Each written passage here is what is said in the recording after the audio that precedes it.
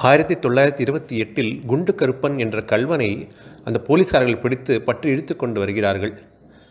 சேஷாத்ரி சுவாமிகள் கருணை பார்வை அந்த திருடன் மீது பட்டது. அந்த திருடனின் வாழ்க்கையில் என்ன அதிசயம் சுவாமிகள் நிகழ்த்தினார். மாடு மேய்த்து கொண்டிருந்த ஒருத்தரின் வாழ்வில் சேஷாத்ரி சுவாமிகள் அவர் கொடுக்கப்பட்ட அந்த கூழை அவர் ஏற்றுக்கொண்ட காரணத்தினால் அவருடைய வாழ்க்கையில் என்னவெல்லாம் அற்புதங்கள் நடந்தன. கலப்படம் செய்த இனிப்புகளை எல்லாம் விற்ற மணி என்கிற வியாபாரிக்கு சேஷாத்ரி சுவாமிகள் என்ன பாடம் புகட்டினார். இது போன்ற சேஷாத்ரி சுவாமிகள் செய்த பல அற்புதங்களை தான் இன்ற காணொலியில் நாம் இன்று அவருடைய அருளால் தியானிக்கப் போகிறோம். கருணாசாகரம் சாந்தம் அருணாச்சலவாசினம் ஸ்ரீ சேஷாத்ரிகுரும் வந்தே பிரம்மே பூதம் தபோநிதிம் ஓம் சாந்த ரூபாய் வித்மஹே சூஷ்ம ரூபாய் திமஹி தன்னோ சேஷாத்ரி பிரச்சோதயாத். சர்வம் சத்குரு சேஷாத்ரி சுவாமிகள் திருவடிக்கே போற்றி. அண்ணாமலை அடிமை என்கிற இந்த சேனல் உருவாகி இதில் இத்தனை சித்தர்கள் மகான்கள் பற்றிலாம் நாம் பேசுகிறோம் அப்படின்னு சொன்னால் அது அனைத்திற்கும் முழுமுதல் காரணமாக இருக்கக்கூடியது அந்த தங்கக்கை சேஷாத்ரி சுவாமிகளுடைய அருள் கடாட்சம் தான் அப்படின்னு சொல்லி இன்னைக்கு நம்மளோட உரையில் நம்ம முதல்ல பார்க்க போகிறது என்ன அப்படின்னா, குண்டு கருப்பன் அப்படிங்கிற ஒரு கள்வன் 1928 இவர் பிடிபடுறார். இவர் ரொம்பவும் தேடப்பட்ட ஒரு குற்றவாளியாக இருந்தார். கொலை செய்கிறது, வழிப்பறி செய்கிறது, இது எல்லாவற்றிலும் இவருக்கு தொடர்பு இருந்ததாக சொல்லப்பட்டது. ஆனால் இவருடைய வாழ்க்கையில் ஒரு மாற்றம் வர வேண்டும் அப்படின்னு அந்த பரபிரம்மம் விரும்பிய காரணத்தினால் என்ன அற்புதம் நிகழ்த்தினார். சிவபெருமான் திருவிளையாடல் நம்ம பார்த்தோம் சொன்னால் 64 திருவிளையாடல்கள் சிவபெருமான் சேர்ந்திருக்கார். அதில் மாபாதகம் தீர்த்த படலம் அப்படின்னு ஒரு படலம் இருக்குது. அதில் ஒரு இளைஞன் இருப்பான். அந்த இளைஞன் தன் தாய் தந்தையரே கொன்றிருப்பான். கொன்று மதுரைக்கு வருவார். மதுரைக்கு வரும்பொழுது சோமசுந்தர கடவுளும் அன்னை மீனாட்சியும் வேடவன் ரூபத்திலும் வந்து அவருக்கு ஒரு நல்ல ஒரு அறிவுரை கொடுத்து அவருடைய மனதை மாற்றி அந்த பாவத்திலிருந்து விமோசனம் கொடுப்பார் இறைவன். எப்பேற்பட்ட பாவியாக இருந்தாலும் அந்த சர்வேஸ்வரன் மன்னித்து நெறிப்படுத்தி நம்மளுடைய வாழ்க்கையை சீராக வாழ வைப்பார் அப்படிங்கிறதுக்கு அந்த மாபாதகம் தீர்த்த படலம் அப்படிங்கிறது 64 திருவிளையாடலில் அந்த சோமசுந்தர கடவுள் செய்தார்.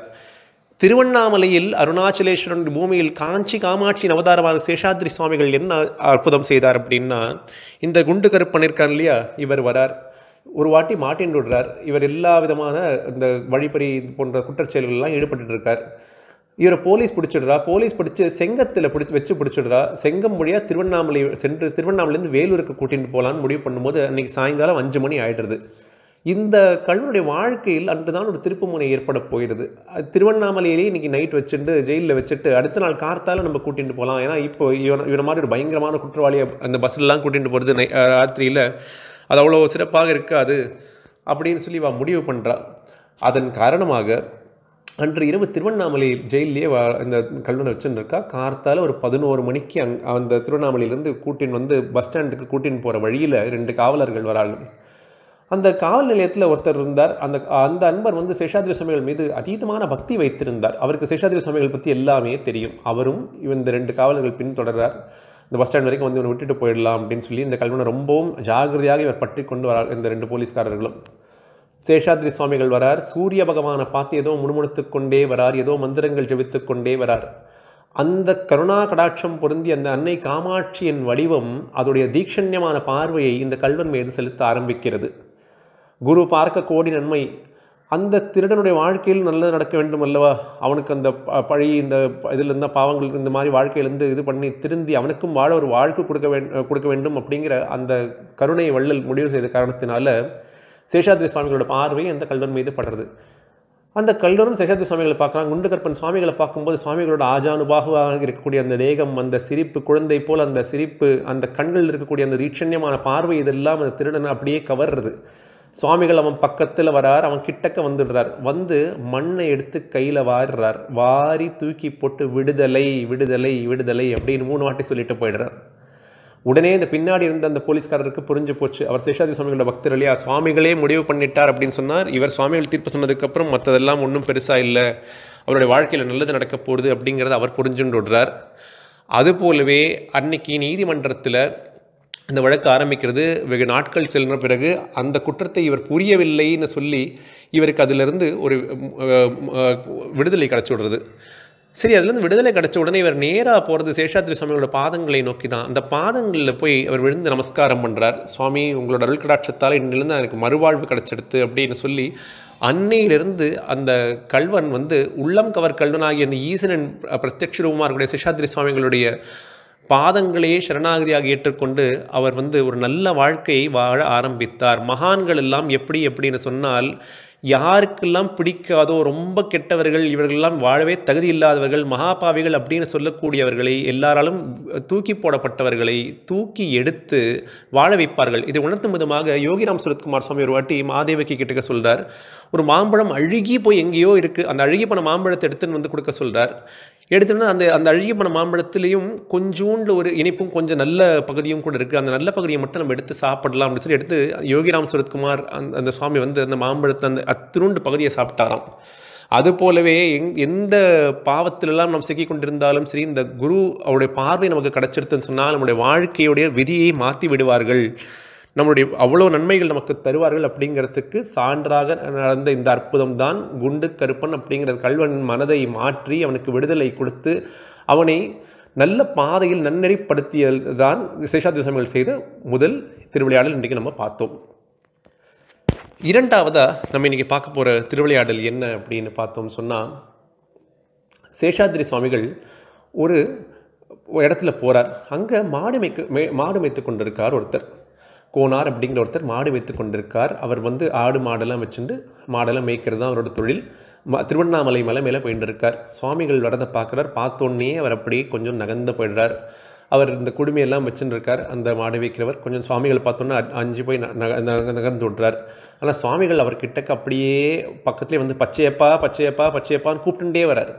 இவருக்கு ஒன்றுமே புரியல. கூப்பிட்டுட்டே வந்து ரொம்ப ஆசையாக அவரோட முடியை அப்படியே பிடிச்சி இழுத்துட்டே கொஞ்சம் தூரம் போகிறார்.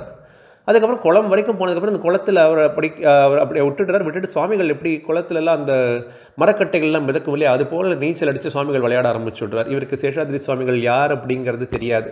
சேஷாத்ரி சுவாமிகள் எப்பேற்பட்ட ஒரு பரபிரமம் அப்படிங்கிறது இவருக்கு தெரியாது. ரமணர் சொல்வார், நம்பிக்கை இருந்தாலும் இல்லாவிட்டாலும் நெருப்பு சுடுங்கிறது தான் சத்தியம். அதுபோல் இவருடைய தீக்ஷண்யமான பார்வை கிடைத்தால், இவரோட ஸ்பரிசமே கிடைச்ச பிறகு அப்புறம் என்ன ஆக போகிறது, இந்த மகான்கிற இவருக்கு தெரியாது. இங்கேருந்து நேராக அந்த அக்கறைக்கு போயிடுறார். நீச்சல் அடித்து சுவாமிகள் பத்மாசனத்தில் உட்காந்து அருணாத்ரீஷன் அந்த அருணாச்சல மலையை நோக்கி ஞானத்தவத்தில் ஒரு பத்மாசனத்தில் கம்பீரமான நிலையில் அமர்ந்து சுவாமிகள் தியானம் பண்ண ஆரம்பிக்கிறார். இவருக்கு ஒன்றும் புரியலை. இப்படியே மத்தியானம் ஆறுது, மகான் எதுவுமே சாப்பிடலையே அப்படின்னு சொல்லி இவர் என்ன பண்ணுறார், கூழ் கரைச்சி எடுத்துகிட்டு வந்திருக்கார். ஆனால் தண்ணி எல்லாம் கிடைக்காது இருக்கிற இடத்துல அப்படிங்கிறதுனால இந்த ஆட்டுப்பாலையும் கூழையும் தான் அவர் வந்து ரெண்டுத்தையும் கலந்து சாப்பிடுவார். ஆடுகிட்ட போய் பால் கறக்கலான்னு சொல்லிட்டு பால் எடுத்துட்டு இந்த கூழையும் எடுத்துகிட்டு போகிறார். அப்போ இந்த சுவாமிகளுக்கு கொடுக்கலாம் அப்படின்னு சொல்லி இவர் மனசில் ஒரு எண்ணம் வருது. இந்த ஆட்டுப்பால்லாம் கறந்து விட்றார். அந்த சுவாமிகள் அக்கறையில் இருக்காரே, அந்த திருவண்ணாமலை அப்படி என்ன தான் இருக்குது, அங்கே என்ன மகிமை இருக்குதுன்னு சொல்லி பார்த்தா இவருக்கு ஒன்றுக்கும் கண்ணுக்கு எதுவுமே தெரியலை. சரி, சுவாமிகளுக்கு எப்படியோ அந்த கூழை கொடுத்துடலாம்னு இவர் நினச்சிட்டு இருக்கும் பொழுது திடீர்னு பார்க்கும் பொழுது அக்கறையில் இருந்த சுவாமிகள் இந்த கரைக்கு வந்துடுறார். எப்படி இந்த மகான் ஒரு க்ஷணத்தில் இப்படி வந்தார் அப்படின்னு சொல்லி பார்த்தா அவர் கூழை இவருக்கு வேணுங்கிற எவ்வளோ கூழோ அதை குடிச்சுட்றார். சின்ன குழந்தை மாதிரி சந்தோஷமாக கொடுத்து அந்த மாட்டுக்காரர்கிட்டக்க அந்த கூழை குடிச்சிட்டு அவர்கிட்ட அப்படி கொடுத்துடுறார். கொடுத்து சந்தோஷம் அப்படின்னு சொல்லிட்டு அங்கேருந்து அப்படியே நகர ஆரம்பிச்சுடுறார். இவருக்கு ஒன்றுமே புரியலை. ஒரு மகான் வந்தார், நம்மளோட கூழை குடிக்கணும்னு ஆசைப்பட்டார், நம்ம கூழை கொடுக்கணும்னு ஆசைப்பட்டோம். ஆனால் அவர் அந்த அக்கறையில் இருந்தார். ஒரு க்ஷணத்தில் இங்கே வந்துட்டார். மனோவேகத்தில் எப்படி இந்த இடத்துக்கு வந்தார், இந்த கூழையும் குடிச்சிட்டாரே அப்படின்னு சொல்லி இவர் அப்படியே பிரமிப்பும் வியப்போனுமே இவர் வீட்டுக்கு அப்படியே போகிறார். சரி அப்படின்னு சொல்லிட்டு வீட்டுக்கு போயின்னு இருக்கார். வீட்டுக்கு போனோன்னா இவருடைய மனைவி அவருக்கு ஒரு நடந்தது எல்லாத்தையும் சொல்கிறார். இந்த மனைவியோட தாய் தந்தையர், அதாவது இந்த பச்சையப்பருடைய மாமியார் மாமனார், இந்த மனைவியும் இவரையும் ரொம்ப நாட்களாக வெறுத்து ஒதுக்கி இருந்தனர். ஆனால் அன்று ஏதோ மனம் மாற்றம் ஏற்பட்டு அந்த மருமகனையும் மகளையும் காண அந்த தாய் தந்தையர் வந்து அவர்களை வாழ்த்தி சென்றது மட்டுமல்லாமல் சில தங்க ஆபரணங்களையும் கொடுத்து விட்டு போயிருந்திருக்கார்கள். இதை பார்த்து இவருக்கு இவ்வளோ சந்தோஷம். அந்த பச்சையப்பருக்கு சேஷாத்ரி சுவாமிகளோட அருள் கடாட்சம் கிடச்சிதுன்னு மற்ற வாக்கிட்டெல்லாம் சொல்லும் பொழுது தான் அவருக்கு சேஷாத்ரி சுவாமிகள் எப்பேற்பட்ட மகான் அப்படிங்கிறது பிற்காலத்தில் அவருக்கு புரிஞ்சுக்கிறார். எங்கே சேஷாத்ரி சுவாமிகள் போனாலும் அவர் பின்னாலேயே இவர் போகிறார். அவரோட அருள் கடாட்சத்தால் இவரோட வாழ்க்கையில் பல நன்மைகள் நடந்தது அப்படின்னு சொன்னால், ஒரு மகானுக்கு அந்த கூடு சமர்ப்பணம் செய்த காரணத்தினால் பச்சையப்ப கோனாருக்கு வாழ்க்கையில் நடத்த அற்புதமான அனுகிரகத்தை இப்பொழுது நாம் தியானித்து முடித்தோம். கலப்படம் அப்படிங்கிற சேஷாத்ரி சுவாமிகளுக்கு கொஞ்சமும் பிடிக்காது. தங்கக்கை சேஷாத்ரி சுவாமிகள் தான். எந்த கடையில் போய் அவர் தொட்டாலும் அங்கே எல்லா விதமான அஷ்டைஸ்வரியங்களும் கண்டிப்பாக வருங்கிறது சத்தியம்தான். ஆனால் அந்த தொழிலை நியாயமாகவும் சத்தியமாகவும் செய்ய வேண்டும். அதில் எந்தவித குறைபாடும் இருக்கக்கூடாது. அதில் எந்தவித ஏமாற்று வேலையும் பித்து வேலையும் எல்லாம் இருக்கக்கூடாது அப்படிங்கிறத சுவாமிகள் நிறைய வாட்டி உணர்த்தியிருக்கார். ஆனால் திருவண்ணாமலை கார்த்திகை தீபத்துக்கு கொஞ்ச நாள் முன்னாடி மணி அப்படிங்கிற ஒரு கடையை போடுறார். அந்த கடையில் அவர் வச்சுருக்கிற இடத்துல பாத்திரமெல்லாம் பார்த்தா ஈ மொய்க்கிறது, அந்த இனிப்புகளில் ஈ மொய்க்கிறது, இதெல்லாம் சில பக்தர்களும் கண்டுகொள்ளாமல் வாங்கிட்டும் சாப்பிட்டு கொண்டும் இருக்கார். சேஷாத்ரி சுவாமிகள் ஒரு வாட்டி 2 வாட்டி சொல்லி பார்க்குறாரு, இங்கே பாரு இதெல்லாம் கலப்படமான உணவு விற்கக்கூடாது அப்படின்னு சொல்கிறார். அவர் கேட்கலை. சுவாமிகளுக்கு வந்ததே கோபம். அப்படியே ஆவேச ருத்ரமூர்த்தியாக மாறி அந்த கடையை துவம்சம் பண்ணி அழித்து நாசம் பண்ணிவிட்டார் சுவாமிகள். இந்த வியாபாரிக்கும் ரொம்பவும் சிரமம் ஏற்பட்டு ஒரு காவல்துறை அதிகாரிடம் போய் இவர் புகார் அளித்து சுவாமிகளை எப்படியாவது மாட்டி விடணும் அப்படின்னு சொல்லி மாட்டி விட்டுறார். அந்த காவல்துறை அதிகாரி கிட்ட சுவாமிகள் அவர் குழந்தை மாதிரி நின்றுருக்கார் சுவாமிகள். ஆனால் அவர் நீங்கள் தான் அதெல்லாம் பண்ணல அப்படின்னு கேட்டுவிட்டு, ஆமாம் சுவாமி நான் தான் பண்ணேன் அப்படின்னு சொல்கிறார். அவர் செய்யக்கூடாத ஒரு விபரீத செயலை செய்கிறார். அவருக்கு திருவண்ணாமலையில் புதிதாக வந்திருக்காரே தவிர அவருக்கு திருவண்ணாமலை சேஷாத்ரி சுவாமிகளை பற்றி எதுவும் தெரியாது. சுவாமிகளை சிறைச்சாலையில் சென்று அடைத்து விடுகிறார் அந்த காவல்துறை அதிகாரி. சுவாமிகள் ஏன் இதை பண்ணார்? கலப்படமான உணவு பண்ணக்கூடாதுங்கிறதுக்காக பண்ணார். அந்த சேஷாத்ரி சுவாமிகள் பரபிரம்மத்தை இவர் போய் சிறைச்சாலையில் அடைச்சுடுறார். சுவாமிகளை எதிலையா போய் அடைச்சு வைக்க முடியுமா? இவள் அப்பா தவசத்துக்கு பிரதட்சண நமஸ்காரத்துக்கு வெளியில் வாப்பா அப்படின்னு சித்தப்பா கூப்பிட்டு அதுக்காக இவர் ஒரு அறையில் பூட்டி வச்சிருந்தார் இல்லையா? அவர் சிறு பிராயத்தில் இருக்கும் பொழுது அப்போவே அந்த அறையிலிருந்து மாயமாக மறைஞ்சு போன ஒரு எல்லா விதமான யோகங்களும் கைவந்த ஒரு அற்புதமான மகான் அல்லவா சேஷாத்ரி சுவாமிகள். இந்த சிறைச்சாலையில் எப்படி அவரை கட்டுப்படுத்த போகிறது? இப்பொழுது ஒரு மகானை துன்புறுத்தினோம் சொன்னால் என்ன நடக்கும்? அதற்கான எதிர்வினை இப்பொழுது அந்த காவல்துறை அதிகாரி அனுபவிக்க ஆரம்பிக்கிறார். போலூரில் அவரோட வீட்டிலிருந்து அவருக்கு ஒரு தந்தி வருது. அவருடைய சின்ன குழந்தை ஒரு அறைக்குள்ளே போய் தாளிட்டு கொண்டு வெளியே வர மறுக்கிறான். அந்த குழந்தையால் வெளியிலேயே வர முடியல. அந்த குழந்தைக்கு மிகவும் பெரிய ஆபத்து அப்படின்னு இவர் அங்கேருந்து பதறி அடிச்சுட்டு போகிறார் போலூருக்கு. போலூர் போய் எதனால் இந்த மாதிரிலாம் ஆகுறதுன்னு இவர் யோசிச்சுட்டு இருக்கும்போது அங்கே சேஷாத்ரி சுவாமிகளோட பக்தர்கிட்ட சொல்கிறார், நீங்கள் என்ன காரியம் செய்தீர்கள் திருவண்ணாமலையில் உங்களுக்கு தெரியுமா அப்படிங்கிற சொல்லும்போது இந்த காவல்துறை அதிகாரியுடைய மனைவிக்கு புரியுறது, ஐயோ இப்பேற்பட்ட விபரீதமான செயலை செய்து விட்டீர்களே அப்படின்னு சொல்லி அங்கேருந்தே மனசீகமாக மன்னிப்பு கேட்டு இவர் அங்கேருந்தே தந்தி அனுப்புகிறார். சேஷாத்ரி சுவாமிகளை உடனடியாக விடுதலை செய்து விடுங்கள் அப்படின்னு அங்கேருந்து தந்தி அனுப்புகிறார்.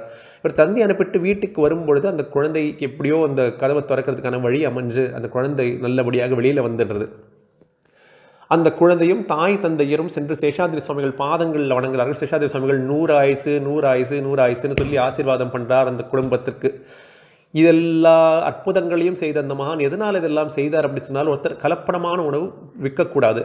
அப்புறம் அந்த மணிங்கிறவர் இருக்கார் இல்லையா, இதெல்லாம் பண்ணார். அவரும் சுவாமியோட பாதங்களில் விழுந்து சுவாமி என்னை மன்னிச்சிருங்கோ, நான் தெரியாமல் பண்ணிட்டேன், எனக்கு தாங்கள் தான் சத்கதி அருள வேண்டும்னு சொன்னது போது சுவாமிகள் அனுகிரகம் செய்து அதே மணி சுத்தமான உணவை விற்று அதிகமான லாபத்தை குவித்தார். அவருக்கு அஷ்டைஸ்வரியங்கள் அதே திருவண்ணாமலை பூமியிலே கிடைத்தது சுவாமிகள் அருளால் அப்படிங்கிறதையும் நம்ம பார்க்குறோம். இந்த அற்புதங்கள்லேருந்து எல்லாம் என்ன தெரிய வருதுன்னா, நம்ம ஒருவேளை தவறான வழியில் போனோம்னு சொன்னால் அந்த மகான்கள் நம்மளை நன்னெறிப்படுத்துவார்கள், இதில் எந்த சந்தேகமும் வேண்டாம் அப்படிங்கிறது தெரியுது. இப்போ இந்த 3 அற்புதங்களை பார்த்தோம். இறுதியாக நம்ம பார்க்க போகிறது ஒரு மிகவும் பெரிய அற்புதம். என்ன அப்படின்னா, சேஷாத்ரி சுவாமிகளோட மகிமையை சோதிப்பதற்காக ஒருத்தருக்கு ஒரு விபரீதமான ஒரு எண்ணம் வந்துடுறது. சூரிய நாராயணன் அப்படிங்கிற அந்த பக்தர் அவருடைய கர்மவினையின் காரணமாக அவருக்கு இந்த விபரீதமான எண்ணம் தோன்றது. இவர் உண்மையிலேயே சுவாமியா இல்லையா அப்படின்னு சொல்லி இவரை போய் நம்ம கண்டிப்பாக சோதித்து பார்க்கலாம் அப்படின்னு நினைக்கிறார். குகை நமச்சிவாயர் கிட்டக்க ஒருத்தர் போகிறார். போயிட்டு அந்த செத்தவன் மாதிரியே நடித்து இது பண்ணி செத்தவன் தான், ஏன்னா ஒரு ஆடை உயிர்ப்பிக்கிறார் குகை நமச்சிவாயர். இதை பார்த்துட்டு சில அங்கே வாலிபர்கள் எல்லாம் சேர்ந்து ஒருத்தனை புணம் மாதிரி நடிக்க சொல்லி செத்தவன் தான் அப்படின்னு சொல்லி அவர் சொல்லிட்டார் குகை நமச்சிவாயர். அப்போ அவர் சரி அந்த இளைஞர் இப்போ எழுந்தால் குகை நமச்சிவாயர் செய்ததெல்லாம் தப்புங்கிறது தெரிஞ்சு போயிடும் அப்படின்னு பார்க்கும்பொழுது தான் அந்த நடித்தவன் இறந்தவனாகவே ஆகிவிடுறான். இது போலவே சேஷாத்ரி சுவாமிகள் கிட்டக்க இவர் அதே மாதிரி என்ன பண்ணணும்னு நினச்சாருன்னா, இவரோட பாதங்களில் முழுக்கவும் அந்த பேண்டேடெல்லாம் கட்டிண்டு ஃபுல்லாக கட்டு போட்டு, என்னால் நடக்க முடியலையே சுவாமி, நான் ரொம்ப கஷ்டத்தில் இருக்கேன், எனக்கு ரொம்ப கால் முழுக்க சீழ் விழியறது, நீ தான்ப்பா என்ன காப்பாற்றணும் சேஷாத்ரி அப்படின்னு சொல்லி சேஷாத்ரி சுவாமிகள் கிட்டக்க ஏளனமாக சொல்கிறார். சுவாமிகள் அப்படியே கண்ணில் நோக்கி அந்த அப்படியே ஒரு கண்ணில் அப்படியே சிவந்து ஒரு தீக்ஷண்யமான பார்வையை பார்த்து அவர் என்ன சொல்கிறார் அப்படின்னா, கருமம் இந்த வழி உன்னை விட்டு போகாது அப்படின்னு அந்த காமாட்சியின் ரூபம் அங்கேயே ஒரு தீர்ப்பை அளித்து விடுறது. இவர் உடனே சிரிக்க ஆரம்பிச்சார். இப்போ எல்லாருக்கும் காமிக்கிறேன் அப்படின்னு சொல்லி இவர் குனியும் போது இவருக்கு குனிய முடியலை. பாதங்களில் வலி வருது, கால் முழுக்க குத்தி வலிக்க ஆரம்பிக்கிறது. ஏன்னா அப்படியே ஒரு வலி, மரண வலி மாதிரி இவருக்கு ஏற்பட ஆரம்பிக்கிறது. அதற்கப்புறமா இவர் அந்த இதெல்லாத்தையும் கட்டுகள் எல்லாத்தையும் எடுத்து பார்க்கலாம் அப்படின்னு பார்க்கும் பொழுது கால் முழுக்க நிஜமாவே புண் வந்துடுது. அந்த வினை இங்கே வந்து இப்பொழுது கால்களில் அப்படியே இவர் செய்த பாவம் அப்படியே பிரத்யட்ச ரூபம் எடுத்து இவரை ஆட்டி படைக்க ஆரம்பிக்கிறது. இவர் செய்த அந்த தப்பான செயலுக்கு அந்த இறைவன் கொடுத்த தண்டனை தான் அது. அந்த கால் வியாதியிலிருந்து இவரால் ரொம்ப நாள் விடுபடவே முடியலை, இவரால் நடக்கவே முடியலை, ரொம்ப கஷ்டப்படுறார். எண்ணி எண்ணி எண்ணி வருந்துறார். நம்ம செய்த பாவங்களை எல்லாம் நாம் எண்ணி வருந்தினால் மட்டுமே தான் நம் கர்மா தொழியும் அப்படிங்கிற சுவாமிகள் நமக்கு மூலமாக உணர்த்துறார். இப்படியே போயின்னு இருக்கார்.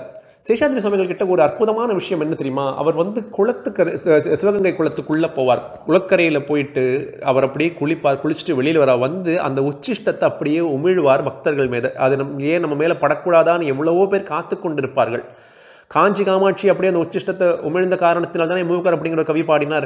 அதுபோலவே சேஷாத்ரி சுவாமிகள் அந்த உச்சிஷ்டத்தை அப்படியே உமிழ்வார்னு எவ்வளவோ பேர் வாழ்க்கையில் எவ்வளவோ பிரத்யட்சமான நன்மைகள் நடந்தெல்லாம் இருந்திருக்கு. அடியேனுடைய வாழ்க்கையில் அடியேன் நடுத்தெருவில் நின்ற ஒரு பொழுதில் எனக்கு இருந்த பொழுது என்னை ஆட்கொண்டு நல்ல ஒரு வாழ்க்கையை அனுகிரகித்து எனக்கு இந்த வாழ்க்கை இப்பொழுது வாழ்ந்து கொண்டிருப்பது பேசிக்கொண்டு இருக்கிற எல்லாமே காரணம் யாருன்னு பார்த்தோம்னால் திருவண்ணாமலை இருக்கக்கூடிய தங்கக்கை சேஷாத்ரி சுவாமிகள் தான் அப்படிங்கிறதை இப்போ அவரோட பாதத்திலே சான்றாக சத்தியமாக நான் சொல்கிறேன். அந்த உச்சிஷ்டத்தை உமிழ வேண்டும் அப்படின்னு சொல்லி எல்லாருமே காத்து கொண்டிருப்பா. ஏன்னா எல்லாருக்கும் அந்த பாக்கியம் கிடைக்காது. யாருக்கு கிடைக்கணுமோ அவளுக்கு தான் கிடைக்கும். சில டைம்ஸ் என்ன ஆகும்னா புதுசாக பக்தர்கள் யாராவது வரனா அவளுக்கு தான் அந்த பாக்கியம் கிடைக்கும். அந்த மாதிரி எல்லாரும் வேண்டி காத்து கொண்டிருப்பா. சுவாமிகள் திடீர்னு தண்ணி எடுத்து அப்படியே தெளிப்பார் எல்லார் மேலேயும். ஒரு மாதிரி வெண்குஷ்டம் வந்து ஒரு பெண்ணை வந்து அப்படியே அந்த சிவகங்கை குளத்தில் அப்படியே முழுகி எழ வச்சு விபூதியை காலபைரவர் சன்னதியில் அப்படியே மேலே தூக்கி போட்டார். படிப்படியாக அந்த வெண்குஷ்டம் வந்த பெண்ணுக்கு அந்த வெண்குஷ்டம் குணமாகி நல்லபடியாக சிங்கப்பூர்லேருந்து மாப்பிள்ளை வந்திருக்காங்கிறத நம்ம பார்த்துருக்கோம். சுவாமிகள் தண்ணியில் இறங்கினார், அப்படியே அந்த குளத்தில் இறங்கினார்னு சொன்னாலே ஏதோ ஒரு நன்மை நடக்க போகிறதுன்னு தான் உண்மை. ஒரு நாள் இதே மாதிரி சுவாமிகள் இந்த குளக்கரையிலிருந்தெல்லாம் வந்து வெளியில் வந்திருக்கார். வந்தோடனே இந்த சூரியநாராயணங்கிறவர் போகிறார். சுவாமிகளோட பாதத்தை தவழ்ந்து குழந்தை போகிற மாதிரி போய் சுவாமிகளோட பாதத்தை பிடிச்சிடுறார்.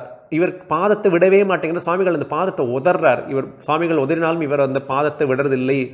மற்றபட்டனிங்கு இந்த திருப்பாதமே மனம் பாவித்தேன் சுந்தரர் பெருமான் பாடினது போல் இவர் சேஷாத்ரி சுவாமிகளோட பாதத்தை பற்றி கொள்கிறார்.